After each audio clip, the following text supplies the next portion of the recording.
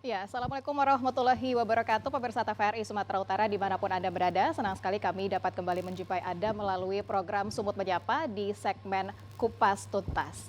Pemirsa, negara memiliki kewajiban untuk memberikan pelayanan yang terbaik kepada masyarakat. Bila kita melihat dari Undang-Undang RI nomor 25 tahun 2009 dalam pasal 15 yang menyebut bahwasannya kewajiban penyelenggara pelayanan publik yaitu memberikan pelayanan yang berkualitas sesuai dengan asas penyelenggaraan pelayanan publik, melaksanakan pelayanan yang sesuai dengan standar pelayanan. Nah, bisa dikatakan bahwasannya pemirsa, efektivitas suatu pemerintahan ini sangat ditentukan dari baik ataupun buruknya penyelenggaraan pelayanan publik. Maka bisa disampaikan juga bahwasannya pelayanan publik yang baik ini bisa menjadi cerminan baik atau tidaknya jalan suatu pemerintahan.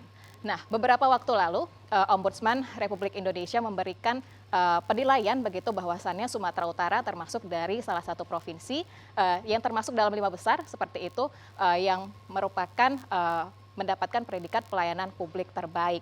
Nah, di sini kemudian kita akan mencoba cari tahu lebih dalam meskipun memang untuk tingkat provinsi Sumatera Utara mendapatkan predikat pelayanan publik terbaik, namun masih ada kabupaten kota di Sumatera Utara yang mendapatkan rapor kuning dan merah. Nah, kita akan lihat catatan dari Ombudsman Republik Indonesia seperti apa, kemudian sebaiknya seperti apa nih sinergitas antara pemerintah provinsi dan juga pemerintah kabupaten kota agar tidak hanya pemerintah provinsi saja yang mendapatkan predikat terbaik, namun tentunya juga di seluruh kabupaten kota. Dan tentunya di Sumut Menyapa Kupas Tuntas kali ini topik yang menjadi pembahasan kita pemirsa yaitu adalah indikator pelayanan publik di Sumatera Utara. Kami sudah mengundang dua narasumber yang sangat luar biasa untuk kita diskusikan terkait dengan topik kita kali ini. Yang pertama kita sapa terlebih dahulu yaitu Dr. Andos Abiyadi Siregar. Beliau adalah Kepala Ombudsman RI Perwakilan Sumatera Utara. Pak Abiyadi, selamat sore. Selamat sore Mbak Wi. Kabar baik Pak Abiyadi? Alhamdulillah, baik, sehat. Sudah lama nggak ketemu ya Pak Abiyadi? Ya, TVRI lupa sama Mbak. Oke, baik. Kita undang kembali, artinya TVRI tidak lupa dengan Pak Abiyadi. Meskipun Pak Abiyadi kayaknya lebih sibuk begitu ya Pak Abiyadi. Iya. Oke, yang kedua pemirsa adalah Dr. Iskandar Zulkarnain. Beliau adalah Ketua Prodi Doktor dan Magister Ilmu Komunikasi FISIP USU. Pak Iskandar, selamat sore. Kabar baik Pak Iskandar? Selamat sore, kabar baik Mbak. Kabar baik juga. Selamat datang juga di TVRI Sumatera Utara. Ini Terima bapak-bapak yang kasih. luar biasa. Ini kalau kita ngobrol soal pelayanan publik ya bapak-bapak, ini selalu menjadi PR dan catatan bagi pemerintah. Kritikan masyarakat banyak datang dari soal pelayanan publik begitu. Saya berangkat dari penilaian Ombudsman terhadap pemerintah Provinsi Sumatera Utara yang mendapatkan predikat terbaik 5, peringkat kelima begitu ya Pak Abiyadi. Saya mungkin terlebih dahulu ke Pak Abiyadi. Nah, dengan mendapatkan peringkat kelima begitu Pak Abiyadi, namun nyatanya Gubernur Sumatera Utara sepertinya kurang begitu puas begitu ya Pak Abiyadi, merasa bahwasannya Pemprov bisa mendapatkan peringkat terbaik tapi masih ada nih kabupaten kota yang dapat rapor kuning dan rapor merah. Nah, kita Pak Abiyadi sebagai masyarakat kan juga bisa menilai begitu. Ini sebenarnya kita perlu bangga juga atau kita sikapnya ini harusnya seperti apa begitu. Peringkat kelima ini kan terbaik ya Pak, tapi nampaknya walaupun peringkat 5 terbaik, kayaknya nggak baik-baik aja begitu Pak Abiyadi. Tanggapan Pak Abiyadi seperti apa? Ya, saya mulai, makasih ya Mbak Widya ya. Saya mulai dari menjelaskan tentang survei itu ya, Baik. bahwa survei penilaian itu dilakukan kepada 3 entitas itu ya, seluruh Indonesia. Jadi penilaian itu tidak hanya di Sumatera Utara, Ya. tapi di seluruh Indonesia, tidak hanya di pemerintah daerah, tapi juga di kementerian dan lembaga. Ya kan? Kementerian itu kantor pertanahan dan juga kepolisian kita nilai. Jadi untuk pemerintah daerah dibagi dalam 3 entitas itu, pemerintahan provinsi se-Indonesia, pemerintahan kota se-Indonesia, dan pemerintahan kabupaten se-Indonesia. Ya. Jadi untuk pemerintahan provinsi, 34 pemerintahan provinsi di Indonesia, itu Pemprov Sumatera Utara, Pemprov ya, Pemprovnya, Pemprov Sumatera Utara, pemerintahan provinsi Sumatera Utara, itu peraih nilai tertinggi 5 besar se-Indonesia. Jadi dari 34 pemerintahan provinsi di Indonesia, itu Pemprov itu peraih 5 besar tertinggi, nilai besar tertinggi di Indonesia. Ya, itu dia. Nah, sementara yang lain menyusul. Jadi ada ya masih banyak lah ya tapi yang kita memuaskan bahwa Pemprov itu masuk dalam 5 besar peraih nilai tertinggi. Ya. Kalau tahun lalu itu Deli Serdang. Deli Ya kan? Serdang, Deli Serdang oke. itu dia untuk kategori entitas Pemkap. Pemkap, oke. Dia malah juara 2 se Indonesia dari 400 pada waktu itu ya.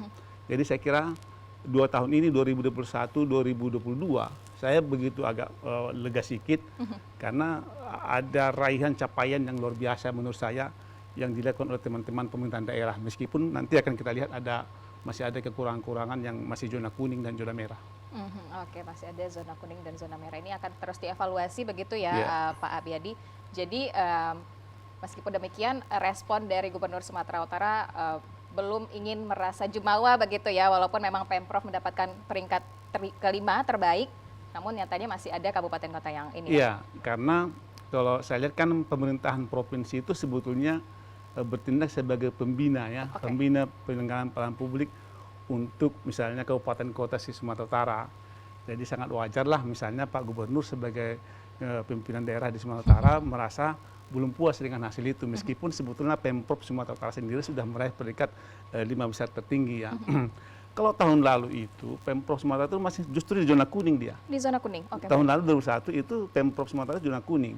Ya, saya masih ingat betul itu kita undang ke kantor Ombudsman untuk menyerahkan hasil itu Pak Inspektur Provinsi yang datang Pak Lasrul Marbun. Nah, waktu itu Pak Lasrul mengatakan sebetulnya saya malu datang ini, tapi berjiwa besar. Nah, berjiwa besar lalu kemudian berjuang untuk melakukan perbaikan. Itu yang saya salut ya. Jadi memang pada akhirnya Pemprov pada tahun ini masuk dalam kategori peraih nilai tertinggi yang besar untuk kategori provinsi se-Indonesia ya. Yang saya puas juga sebetulnya adalah untuk kita lihat kabupaten kota lain ya. Jadi di Pemprov misalnya, di provinsi misalnya ya, di daerah di Sumatera Utara ya. Kalau kita bandingkan misalnya 2022 dengan 2021 hasil penilaian ini, tahun ini luar biasa. Ya bukan hanya di Pemda ya. Bahkan juga di kepolisian dan kantor pertanahan kementerian. Untuk Pemda misalnya ya, tahun 2021 kemarin itu hanya ada 8 yang meraih predikat zona hijau tinggi, baik. Jadi kan survei penilaian ini kan hasilnya kan outputnya dibagi dalam 3 kategori. Misalnya kategori zona hijau itu dengan nilai 88 sampai 100 itu masuk dalam kategori A dengan opini pelayanan publik kualitas tertinggi. Nah itu ya. Kemudian dengan nilai 7800 sampai 87,99 itu masuk kategori B dengan opini pelayanan publik kualitas tinggi. Tadi tertinggi, ini tinggi, ya kan? Jadi Pemprov itu tertinggi. Jadi dia kategori A itu kualitas tertinggi opininya.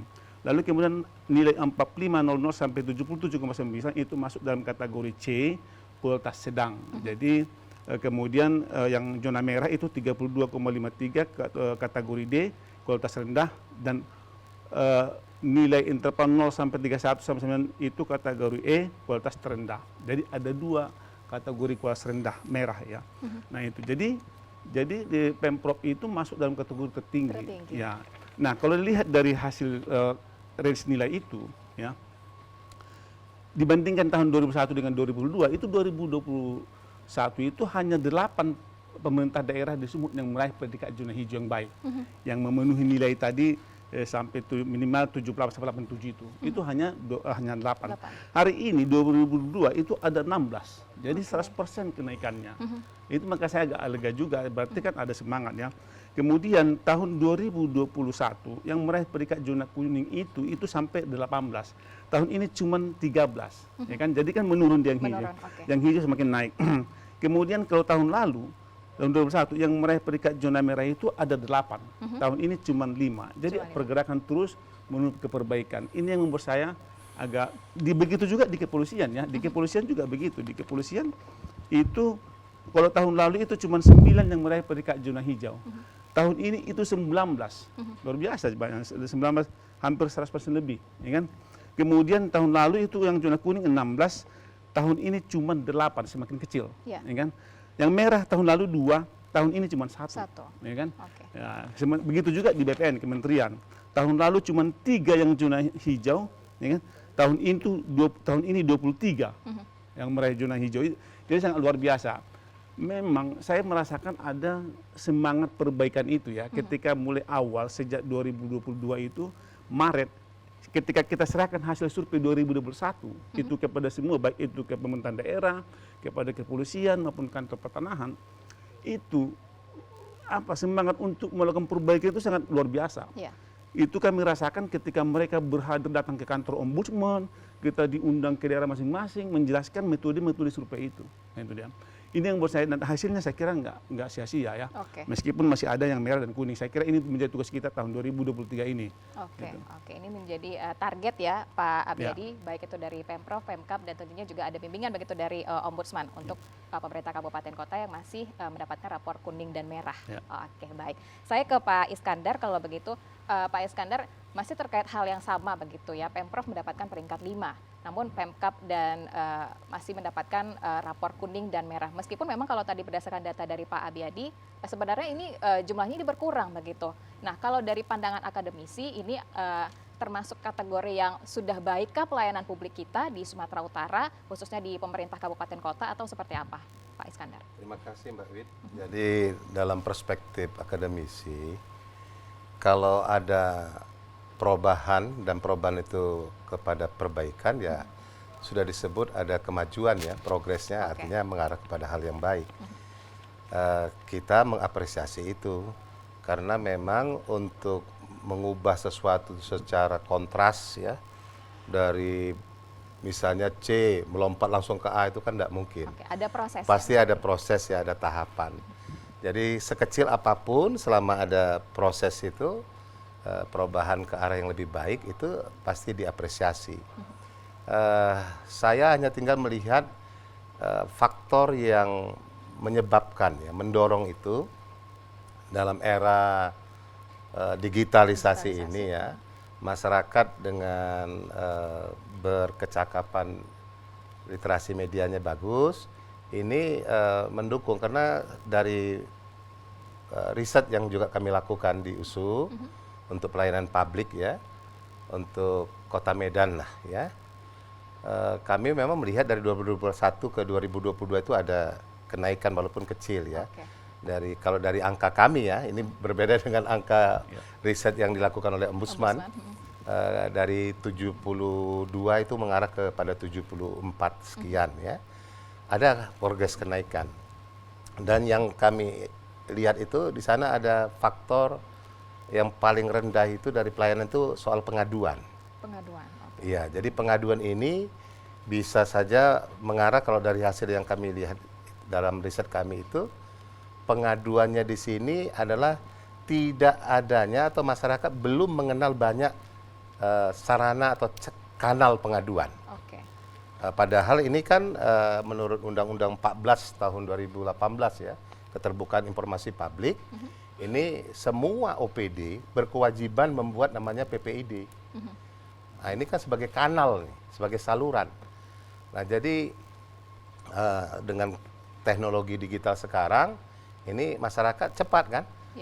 Kemudian kepemimpinan juga cepat merespon.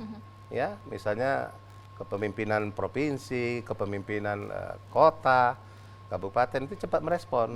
Dari media sosial itu cepat merespon. Contohnya Kota Medan gitu. Cepat responnya sekarang. Itu juga salah satu penilaian. Itu yang membuat saya melihat dan menganalisis itu ada progres kenaikannya. Tetapi ya tetap seperti Mbak Widya tadi sampaikan, ya perbaikan ini tetap juga realitasnya kita melihat masih banyak perlu pelayanan ya. Nah, di sana kami melihat salah satu yang terbesar itu adalah hospitality. Jadi keramah tamahan. Ini mungkin terkait dengan budaya kita ini. Kalau melayani tapi tak ramah, dianggap orang melayaninya tak ikhlas. Iya kan? Jadi mau di rumah sakit, mau di OPD-OPD lain misalnya di Dukcapil, ya kalau orang masyarakat datang mengurus meminta pelayanan publik, tapi tak ada keramah tamahannya. Nah, ini memberati progres penilaian masyarakat untuk pelayanan publik. Jadi saya melihat di sini perlu dikembangkan juga untuk hospitality dengan era digital ya, Pak Abiyadi. Mungkin sebagai masukan dari riset kami ini perlu adanya literasi digital juga yang baik kepada masyarakat kita. Karena masyarakat tidak semuanya juga paham atau kompeten ya dalam penggunaan digital. Sementara kan pemerintah ini sekarang saya melihat lebih fokus pelayanan publik itu mengedepankan kepada yang namanya e-government. Ya. Jadi banyak e-government ya yang dilakukan oleh Pemprov, kota, sama kabupaten. Tak usah jauh-jauh lah, misalnya Binjai itu juga kan banyak sekali apanya, aplikasi-aplikasi e-government-nya. Tetapi kalau dikejar ke sana tanpa ada transisi ya, karena kita melihat di sini kan harus hibrid juga. Tidak bisa serta-merta langsung full digital masyarakat, tadi dengan literasinya yang juga masih parah, masih susah gitu. Nah, ini harus ada dipandu, karena kalau nggak begitu, nanti ini diisi yang namanya sama agen ini, sama calo-calo ini, sama perantara. Ini yang merusak pelayanan lagi. Jadi menghadapi transisi itu, pemerintah membuat banyak e-government, tetapi masyarakat juga dengan literasi digital yang belum matang ya. Ini harus dibuat hibrid ya. Misalnya caranya dengan apa? Membuat pemandu di situ, panduan. Jadi kalau saya mengalami sendiri langsung nih, pengalaman pribadi. Saya mengurus pajak sepeda motor nih, kepolisian ya. Itu kan disuruh langsung ngisi-ngisi sendiri. Tapi karena kita pun tak paham kali, misalnya tentang bentuk tubuh saja ya, bisa ngurus SIM atau kendaraan tuh warnanya apa. Nah itu kan mereka siapkan pemandu di situ. Dipandu, mereka bantu Pak. Nah, harus begitu, kalau tidak, tapi dituntut lagi dengan keramahan tadi ya. Kalau tidak ramah, wah hambar juga dia.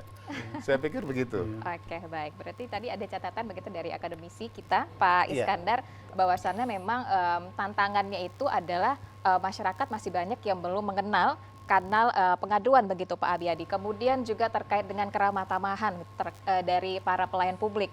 Nah ini sering menjadi banyak keluhan juga sebenarnya Pak Abiyadi ya. Masyarakat kita ketika ingin mengadu atau ingin mengurus mungkin terkait dengan administrasi kependudukan. Nggak tahu dia kemana harus mengadu. Iya, ketika mengadu malah kemudian responnya kurang baik begitu ya. Macam dilempar-lempar sana sini katanya, lempar bola.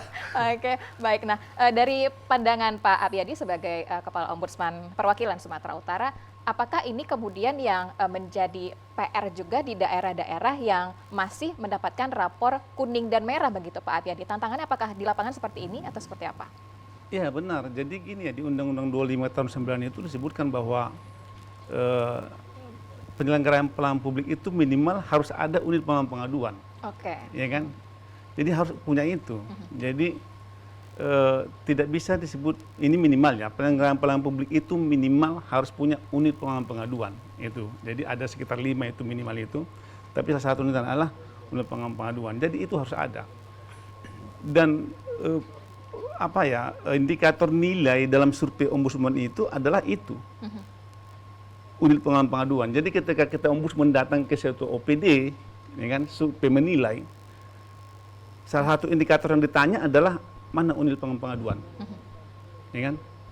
Jadi misalnya dia tunjuk, ada mana Pak, ini ruangannya, tunjuk ada ruangannya, unit pengaduan. Oke. Tidak hanya sampai di situ, kita nanya mana SK-nya. Dia harus punya SK. Jadi nggak boleh dia asal nanti dia harus ada SK petugas yang ada di situ. Ditunjukkan ke kita lagi. Jadi bukan hanya ketersediaan unitnya dan orangnya terlihat, tapi dituangkan dalam sebuah SK tentang unit pengaduan itu. Jadi harus ada SK penugasan pegawai di situ yang menangani unit pengaduan. Ya. Jadi itu pengelolaan pengaduan yang langsung di kantor. Tidak hanya itu. Jadi indikator penilaian ini ada 5 skala nilainya. Jadi kalau nanti kita tanya misalnya mana apa saja unit pengaduan sini, satu ada ruangannya. Jadi kalau cuma satu ruangan saja udah boleh satu, tapi nilai dia cuma satu doang. Baik. Tapi dia harus bisa nilai ini harus sampai skala 5. Tentu kan kita berharap supaya nilai kita nilai tertinggi 5. Jadi maka tambahlah selain unit pengaduan ada ruangannya, ada lagi kotak saran Pak. Kotak saran dibuat lagi, ya kan? Baru apa lagi? Ada lagi Pak call center, ya kan? Jadi harus sampai 5 dia penuhi, baru dia dapat nilai skala 5. Kalau tadi cuma ruangannya saja, itu dia cuma dapat 1 nilai. Skala 1, jadi cuma 1. Padahal dia harus mengejar 5. Kalau dia cuma 1 nilai, itu belum tentu dia dapat sampai 1 hijau itu. Jadi dia harus kejar sampai 5. Nah, jadi indikator nilai ini memang nilainya hampir nilai misalnya jaminan keamanan misalnya. Apa jaminan keamanan di sini? Pertanyaan nanti kepada mereka harus bisa tunjukkan misalnya ada security, ya kan? kemudian harus ada CCTV, misalnya kan, kemudian harus ada lagi misalnya tunjukkan sampai 5 jalur pengamanan, kalau ada gempa, ada apa, ini jalur pengamanan titik kumpul di ujung sana, itu harus dia sampai 5 tunjukkan. APAR, alat pemadam kebakaran ringan, harus ditunjukkan itu sampai 5 supaya dia dapat skala 5. Kalau cuma 1 doang bisa, tapi nilainya nggak tinggi. Jadi makanya untuk mencapai nilai itu dia agak berat juga. Maka saya selalu katakan tuh penilaian ombudsman tahun 2022 ini agak ribet, agak rigid dibanding tahun 2021. Tapi agak lumayan juga tinggi dapat. Jadi salah satu di antara unit pengaduan itu menjadi penting. Itu salah satu indikator nilai di semua. Jadi di setiap ini yang kita tanya ini adalah itu pasti pertanyaan ada dan ada SK-nya semua. Yang hijau ini dia pasti punya. Pasti punya. Hanya saja mungkin dia tidak, ya mungkin, tapi udah kita buat banyak kan. Tapi kan gini, kita dorong sebetulnya masyarakat itu unit pengamanan pelayanan publik itu terus menyosialisasikannya kepada publik. Kalau ada yang apa silakan lapor. Kalau ada yang nggak beres, lapor silakan. Baik itu dengan 5 kanal yang ada tadi. Baik langsung, telepon, call center, kotak saran dan sebagainya. Ada 5 kanal pengaduan yang bisa disiapkan di situ. Itu. Kemudian soal keramatamahan itu juga persoalan. Kami juga pernah mengalami hal yang sama. Misalnya kita pergi ke satu daerah, kita tanya kepala OPD-nya mana pimpinan. Dia dengan tenang dia duduknya santai begini merokok, duduk Pak. Tapi mungkin nggak tahu ini Pak Abiadi kali ya Pak Iskandar ya. Kami 3 orang datang ya, dia sendiri di situ. Dia kursinya cuma 1. Dia tenang merokok, ya duduk Pak. Tapi cuma 1 kursinya kami 3. Saya bilang ini nggak benar. Dia tenang santai. Inilah mentalitas kita yang harus dirubah. Ini sangat penting. Di Undang-Undang 25 tahun 99 itu ada soal perilaku pelayanan publik. Itu diatur, bukan hanya dia tidak boleh dia cuma begitu melayani, itu yang buat kita jadi nggak baik. Harus ada perilaku pelayanan publik yang harus diperbaiki. Oke, baik. Pak Abiadi, Pak Iskandar, kita tahan sejenak, kita rehat dulu pemirsa, dan tentunya kita akan kembali sesaat lagi di Sumut Menyapa Kupas Tuntas.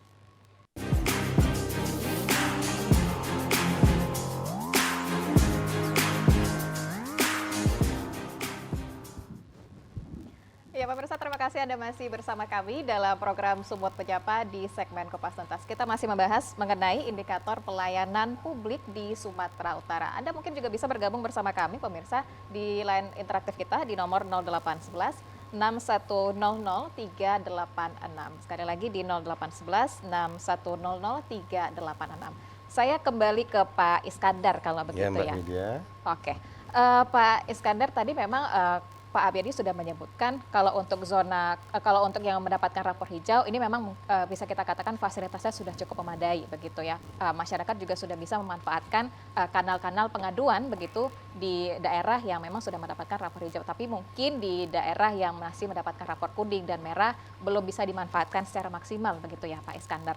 Nah, terkait dengan kanal pengaduan ini nih Pak Iskandar. Ada banyak sebenarnya, ada kontak center, tadi Pak Abiadi sudah sebutkan, ada kotak saran maksud saya, call center, kemudian juga ruang pengaduan. Email juga termasuk. Ya, email ya. Apakah masyarakat kita sudah memanfaatkan ruang pengaduan ini dengan sebaik-baiknya Pak Iskandar kalau dari pandangan Anda? Karena kalau kita melihat sepertinya budaya zaman sekarang dengan kemajuan digital juga, lebih senang masyarakat untuk mengadu melalui sosial media, kemudian memviralkannya begitu Pak Iskandar. Dari tanggapan Anda gimana nih Pak Iskandar? Baik, terima kasih Mbak Widya. Jadi untuk hijau, kuning, merah ini. Untuk yang hijau pun catatan saya, walaupun sudah baik, tapi ke depan, ini dari perspektif keilmuan ya. Kebetulan kita di FISIP USU itu juga kita ada kajian namanya administrasi publik.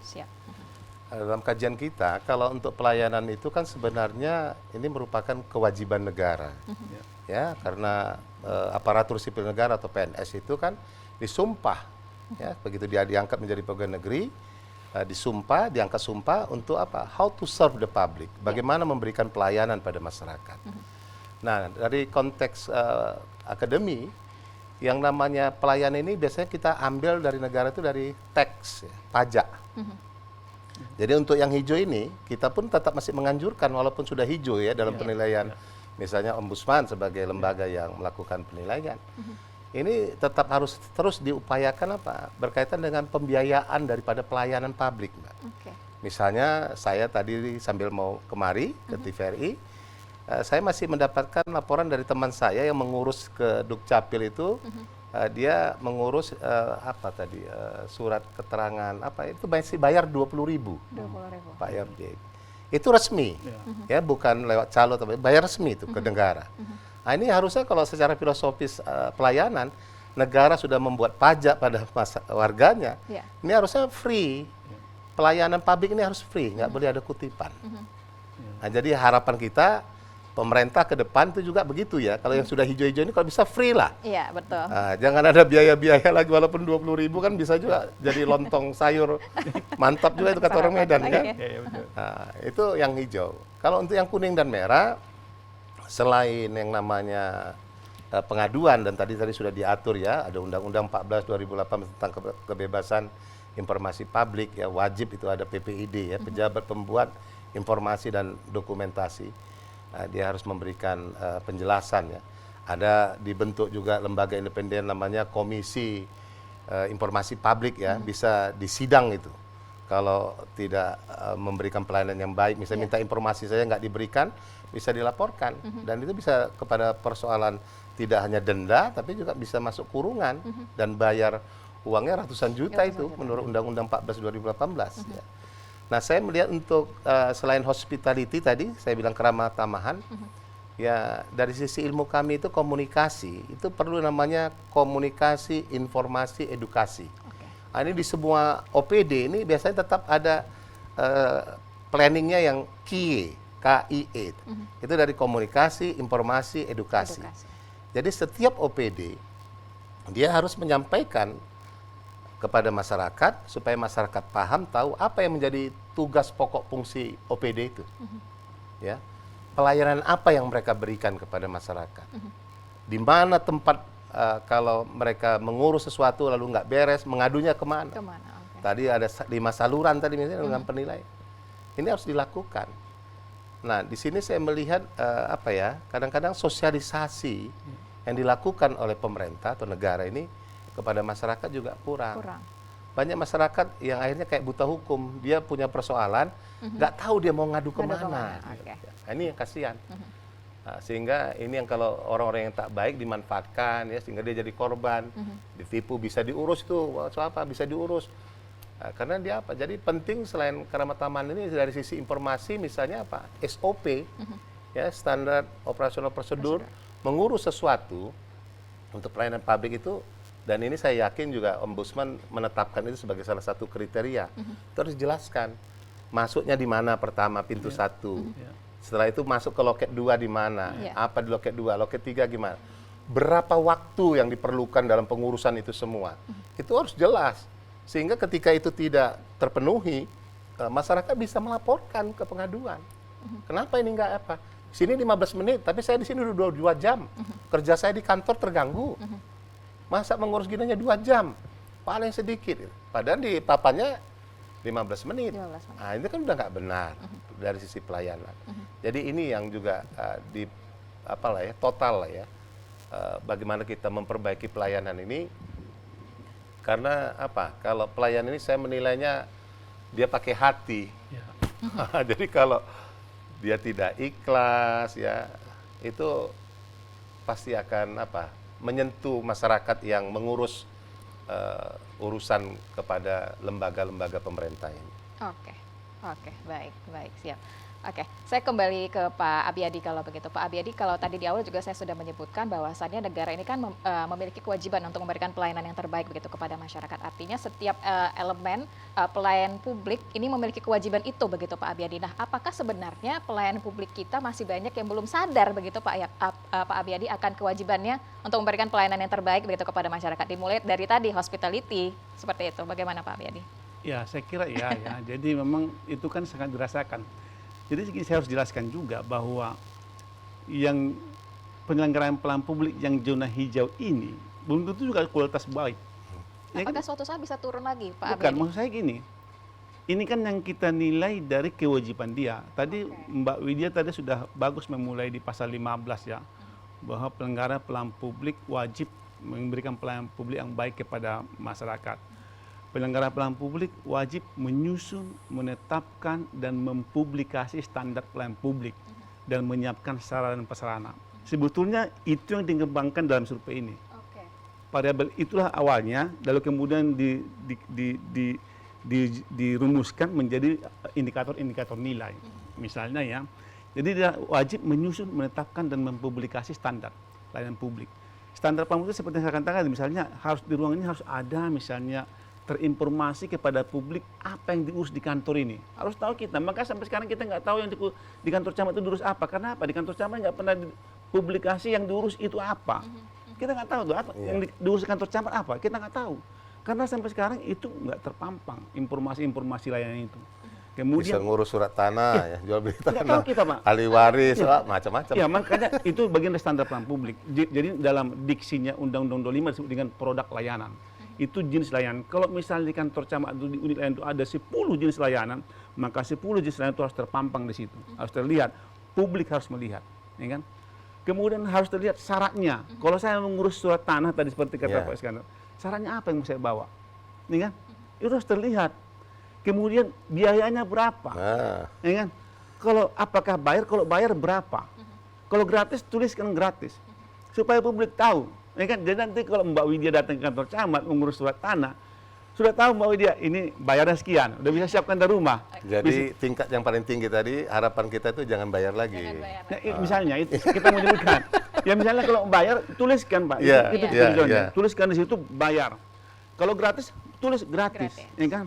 Kemudian standar waktu, mengurus SK-nya itu berapa lama? Sehari, 2 hari, 3 bulan, atau dibayar dulu baru selesai. Gitu kan? Baru waktu penyelesaian tadi kan, standar waktu. Baru alurnya. Kalau saya datang ke kantor camat, ke meja mana saya duluan?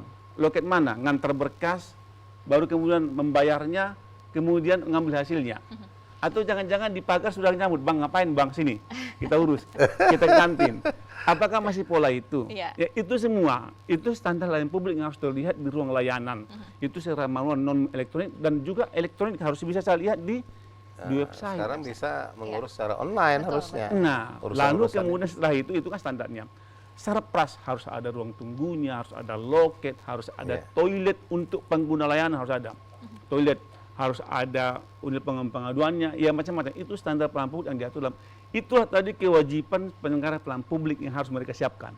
Yang menjadi pasal 18 menyebutkan semua itu hak kita. Jadi sisi lain adalah kewajiban bagi penyelenggara pelayanan publik. Di sisi lain adalah hak kita sebagai masyarakat. Jadi kalau kita datang ke instansi pemerintah, unit pelayanan publik, kita berhak bertanya, mana standar pelayanan publik kalian? Mana, apa yang diurus di sini? Apa syaratnya? Berapa biayanya? Kok nggak ada toiletnya? Kok nggak ada orang tunggunya? Itu hak kita. Hak kita. Nah itu yang selama ini publik nggak tahu. Maka terus kita tahu, itu publik hak kalian. Silakan tanya. Ya kan? Bahwa di Undang-Undang 5 pasal 23 sebutkan bahwa pengawas penyelenggara pelayanan publik ada 3. Salah satu di antara masyarakat. Jadi masyarakat itu termasuk pengawas-pengawas, cuman model dia mengawasi adalah melaporkan. Baru ada DPR dan ada ombudsman. Ya kan? Jadi silakan awasi penyelenggara pelayanan publik itu dengan ketat, ya kan, masyarakat. Kalau ada temuan yang nggak baik, laporkan kepada mereka atasannya, nggak ditanggapi, lapor ke ombudsman. Kira-kira gitu. Ya. Jadi itu kewajiban mereka dan hak publik. Nah itu yang dilihat. Nah, meskipun misalnya jadi gini ya, meskipun misalnya sudah lengkap itu, belum tentu juga baik. Tapi paling tidak mewujudkan sebuah penyelenggara pelayanan publik yang baik itu, dia harus lakukan itu dulu. Nggak akan mungkin ada pelayanan publik yang baik tanpa itu, nggak mungkin. Jadi kewajiban dia dilakukannya, baru kemudian setelah lengkap itu, baru diimplementasikannya dalam penyelenggara layanan. Misalnya, kalau misalnya tertulis di situ mengurus KKI itu 5 hari, maka harus 5 hari. Kalau tertulis di situ mengurus KKI itu gratis, maka harus gratis. Jangan ada oknum. Yang membuat buruk kan oknum. Ya kan? Makanya kadang-kadang ini belum tentu juga baik. Misalnya dia hijau, ini baru kita lihat dari segi penampilan. Makanya masyarakat harus terus mengontrol. Karena ada saja oknum yang nakal. Makanya kadang-kadang teman-teman wartawan nanya, Bang, kok abang kasih itu zona hijau? Padahal pelayanannya buruk. Nah itu berarti aplikatifnya nggak buruk. Ya kan? Pelaksanaannya. Makanya kalau kita sama-sama awasi mereka. Begitu. Memang tahun ini agak lebih baik ya. Surveinya lebih rigid. Ya kan? Selain kita observasi, kita juga wawancara petugas layanan dan masyarakat. Contoh misalnya, setelah kita observasi tadi melihat semua ada lengkap, misalnya tinggilah nilai dia dari segi kelengkapan standar pelayanan publik. Baik itu pemenuhan standar pelayanan publik dan Sarpras yang lengkap. Tapi kita wawancarai lagi petugas layanannya, 4 orang. Apa yang kau pahami tentang 4 orang kita tanya, apa yang kau pahami tentang pelayanan publik? Harus dia punya wawasan soal itu. Apa yang kau pahami tentang maladministrasi? Apa yang kau pahami tentang ombudsman? Kita tanya, ada beberapa juz pertanyaan banyak itu. Baru kita tanya lagi masyarakat, bagaimana tadi layanan sini? Lancar nggak? Lancar lah bang. Bayar uang? Bayar lah bang. Kalau nggak bayar malah cepat. Itu kan persoalan, ya kan? Tapi kalau saya macam mana lainnya? Lancar, lancar bang. Bayar? Enggak. Oh itu bagus, ya kan? Ya itu. Jadi hal-hal itu nanti makanya mau kita lihat. Jadi ini masih perlu kontrol dari semua pihak, dari masyarakat. Mari kita awasi sama-sama. Karena ombudsman sendiri nggak bisa juga ngawasi. Ombudsman itu cuma ada di provinsi, sementara yang diawasi ada 34 pemerintah daerah di Sumatera Utara jauh-jauh, nggak ada orang di daerah. Makanya selalu kita libatkan keterlibatan masyarakat. Oke, baik. Artinya memang kembali lagi masyarakat memiliki peran begitu ya Bapak-Bapak untuk bisa mengontrol bagaimana pelayanan publik ini bisa berjalan dengan baik begitu di lapangan. Nah Pak Iskandar, masyarakat kita sebenarnya sadar nggak sih Pak, atau misalnya masyarakat kita tuh tahu tidak sebenarnya standar pelayanan publik kita tuh yang seperti yang sudah dijelaskan Pak Apiyadi, atau sebenarnya masyarakat kita juga perlu diedukasi juga nih Pak Iskandar, seperti apa? Itu yang tadi saya bilang ya Mbak Bit, KIE tadi ya. Jadi yang dijelaskan oleh Pak Abdi tadi berkaitan dengan itu semua. Jadi semua OPD itu kewajiban harusnya ada komunikasi, informasi, dan edukasi. Nah, dalam konteks ini kita melihat edukasinya yang masih lemah. Ya. Baik edukasi di kalangan aparatur sipil negara atau PNS sebagai pelaksana yang melayani, maupun di masyarakat. Jadi negara ini dalam hal ini memang harus melakukan sosialisasi dan edukasi yang terus-menerus. Karena tadi dalam konteks apalagi teknologi ya sudah berkembang. Nah, masyarakat kan juga lebih sekarang banyak menggunakan teknologi. Nah, tetapi kalau itu tidak ada edukasi, jadi macam-macam. Misalnya apa? Bikin pengaduan, laporan tapi laporan palsu. Laporan yang nggak benar. Nah, ini kan jadi merusak juga, ya. Apa yang sudah dikerjakan oleh EPD-PD dengan baik itu jadi rusak. Tapi kalau memang laporannya benar, cara melaporkannya benar, kan ini malah membantu kerja daripada negara lewat ombudsman untuk membenahi pelayanan menjadi lebih baik lagi. Jadi komunikasi, informasi, edukasi itu penting ya. Dalam setiap strategi katakanlah rancangan kerja yang dibuat oleh setiap organisasi perangkat daerah dari sebuah provinsi atau kabupaten atau kota, ini harus ada OPD-nya ini menjadi satu program ya. Dalam konteks tadi kita lihat ini edukasi masih sangat-sangat lemah. Jadi peran daripada untuk sosialisasi dan edukasi ini ya melalui media ya. Kalaupun para OPD, PPID itu ya juga bisa menampilkannya lewat sosial media mereka. Ya, bagaimana cara mengurus, bagaimana cara membuat laporan. Laporan itu supaya baik bagaimana, harus berdasarkan fakta. Ya, apa foto upload, nah, misalnya ya ada bukti-buktinya. Ini harus dididik masyarakat kita. Dan tidak hanya masyarakat, tadi kayak petugas tadi 4 orang tuh. Ditanya juga itu kan, edukasinya, pendidikannya bagaimana. Karena kalau dia sendiri nggak tahu, ketika ada masyarakat datang bertanya, ya nggak bisa juga dia menularkan, menjelaskan. Jadi ini yang menjadi catatan, memang pendidikan kita ini harus terus ditingkatkan lah. Kalau edukasinya sudah baik begitu di masyarakat ataupun di pelayanan publik, tentu upaya untuk mengadu dan untuk mendapatkan jawaban dari aduan tersebut juga tentunya akan jadi lebih baik begitu ya Pak Iskandar. Ya, bahkan yang pintar itu tidak hanya ombudsman saja. Sekarang kalau mau cepat nggak ditanggapi langsung PO Box berapa tuh Bang? Langsung presiden masuk nasional, langsung tuh dari sana turun ke provinsi, langsung ke ininya, ke kabupaten kota, langsung ke OPD-nya itu langsung. Harus selesaikan dalam waktu sekian hari. Udah begitu perintahnya. Itu yang bagus masyarakat yang pintar. Lambat di daerah, mainkan pusat langsung. Oke, baik. Bapak-bapak, kita jeda kembali. Kita akan kembali sesaat lagi. Pemirsa tetap bersama kami di Sumut Menyapa Kupas Tuntas.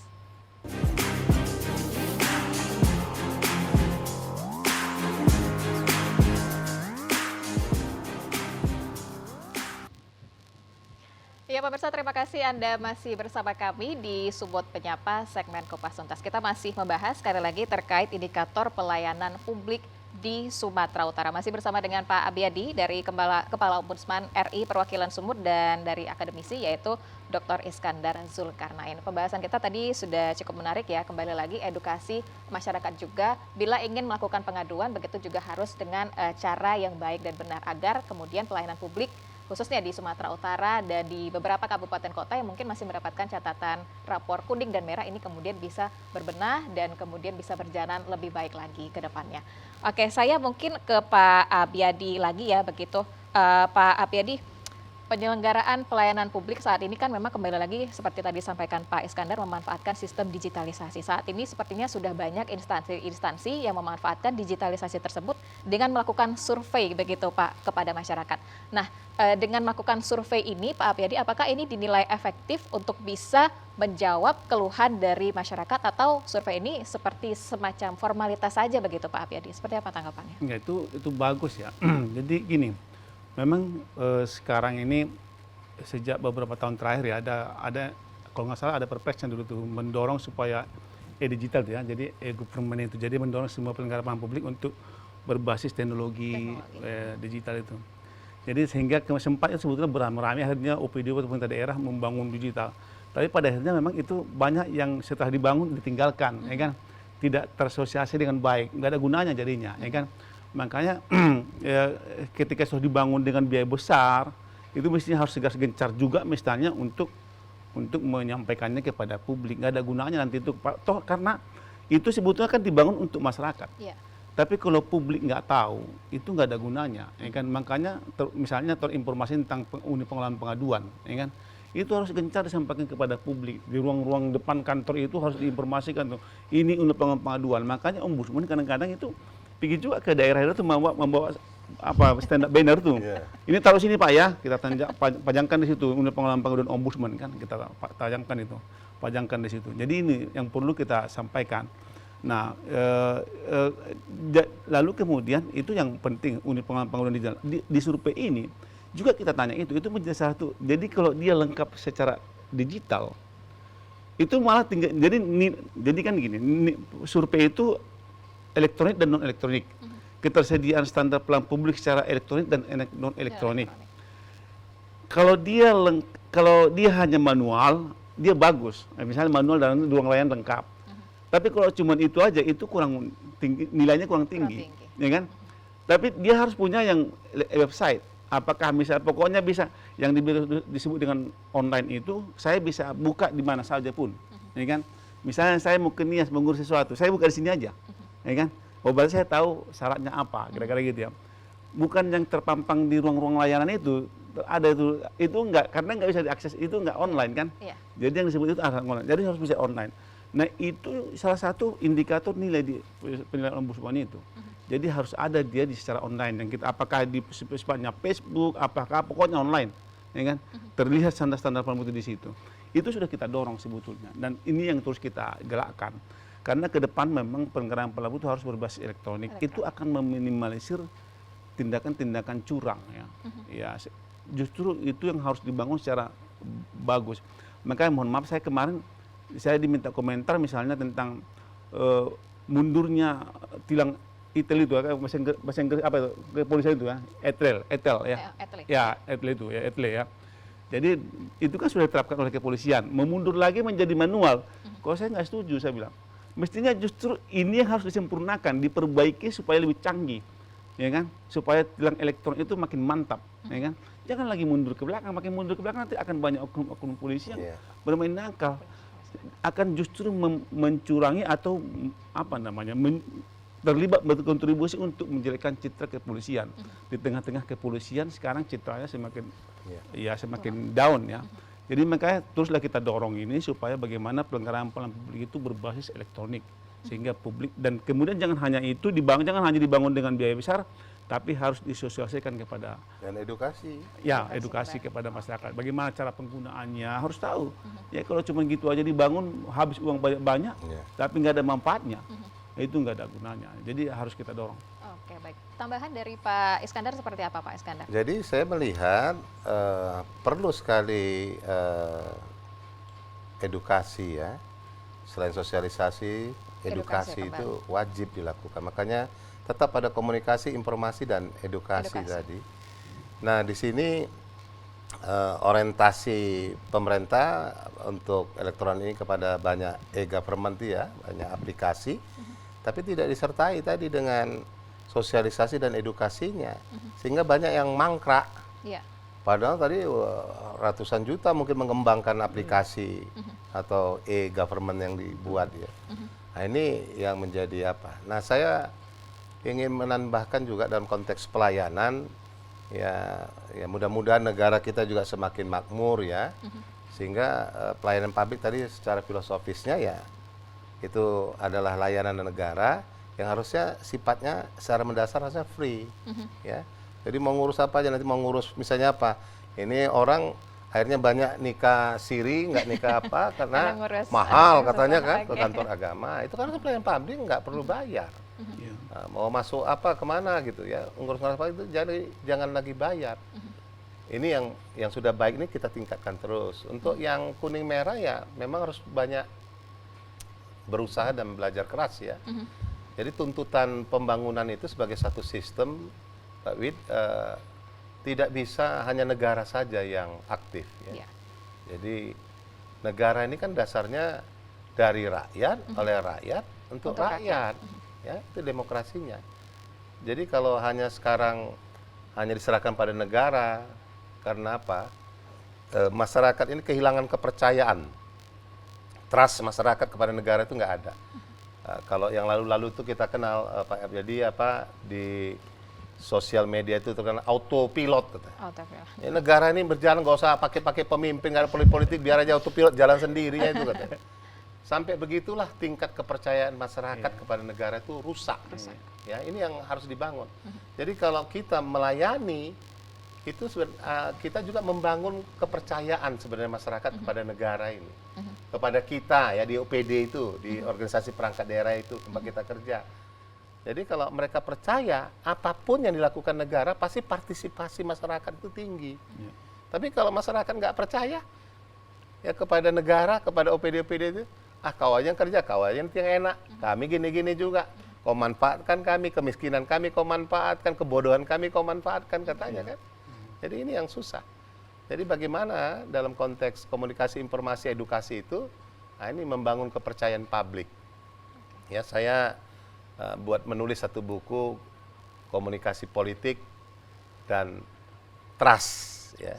Ini dalam konteks pemilu karena saya pernah menjadi komisioner KPU Provinsi Sumatera Utara. Jadi tingkat partisipasi pemilih yang rendah itu karena ketiadaan trust daripada masyarakat. Begitu diberikan hari libur untuk hari pemilu, nyucuk, bagusan aku liburan kemana-mana, ngapain aku sana? Negara ini pun nanti apa nggak ada begitu juga itu kata, karena nggak ada percaya. Jadi bagaimana komunikasi, informasi dan edukasi itu bisa membangun kepercayaan. Sudah tentu untuk membangun kepercayaan tidak hanya di jargon diomongkan, tapi kan harus dengan perilaku, dicontohkan, ditorodani gitu kan, supaya masyarakat oh iya gitu. Jadi kalau tadi apa masyarakat mau melayani tapi dia duduk begini, macam mana itu mau melayani, mau melahirkan trust. Nah, tapi ya tadi kepada hospitality kita ya keramah taman kita sebagai bangsa ini kan kita Indonesia ini kan negara timur yang terkenal dengan keramah tamahan, tapi kok terabrasi. Iya. Dan jadi kami pun mencari tahu juga ada apa ini bangsa ini ya. Apa karena intervensi budaya asing, kemajuan teknologi dan lain sebagainya. Saya ke Pak Abiyadi lagi, Pak Abiyadi, bagaimana kemudian langkah ke depan begitu dari Ombudsman untuk bisa mengajak juga kabupaten kota yang masih berada di rapor merah dan kuning untuk bisa meningkatkan lagi kualitas pelayanan publiknya, Pak Abiyadi, agar menjadi rapor hijau begitu. Langkah ke depan dari Ombudsman seperti apa? Ombudsman punya agenda ya.